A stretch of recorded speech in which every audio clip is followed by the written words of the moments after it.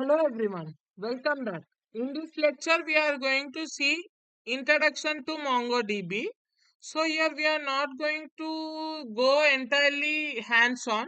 So firstly, we'll see why you need to learn this MongoDB and why it has been introduced. So earlier, as you know, there was RDBMS, nothing but SQL. So that one contains only structured data, nothing but in form of tables, rows and columns. And you can store only like textual or numerical kind of data. To overcome that one, this MongoDB has been introduced, where it supports unstructured data. Unstructured in the sense you can also store images, videos, and audios too. And one more thing for working with SQL. So even if you define schema and everything, let us say you are rerunning the application. Sometimes if that particular SQL database, if it is not in a cloud tool, entire data will be reset. But whereas in this MongoDB, it maintains a cloud platform, and that too it is teamed up with Google Cloud, AWS, as well as Azure cloud platforms. Now firstly let us see the main differences of this both. In SQL and MongoDB we are having a common name called database. Then in SQL we call table, but in MongoDB we call it as collection. In SQL we call it as a row, and row, or we will call it as a instance, nothing but entire tuple. And here we are going to call it as a document. And in columns, we are going to have the data, right? We will generally say column data. Here we are going to call it as field. And for defining uniqueness in a column, nothing but like ID number or any kind of government issued ID like Aadhaar, PAN, those are unique IDs. So for that, earlier in SQL you used to use primary key. In MongoDB we are having it with underscore ID.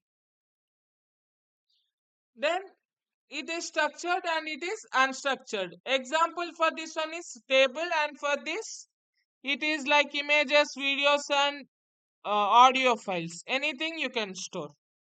Next, you can see here in a collection you will be having document. Same like in table, how you will be having rows. Even here you are going to define schema and everything. We are going to see that in the upcoming sessions. And what are the main advantages?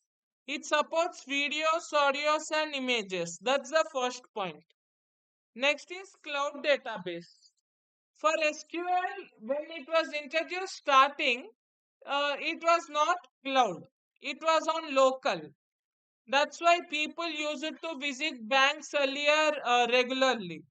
But slowly, SQL was moved to cloud, but it was only structured data.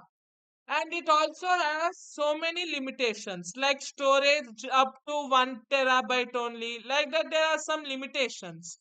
But in MongoDB, you can store as much data as you want, but if you are storing that much huge amounts of data for accessing network traffic and everything, you need to select the payment option, nothing but some premium subscription. And it also does not cost too much. It is also available at cheaper prices. I'll show you how to purchase and everything in the next videos. And the main advantage is easily integrates with multiple programming languages. You might have heard about web development like mean stack, MERN stack, or if you are working with Java, you will be having Spring Boot and everything. Similarly, if you are working with Python, you will be having something called as Flask, Streamlit, Django kind of thing.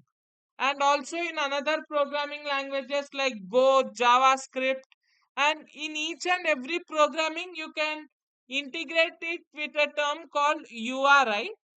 That one we are going to see in the next video along with the installation.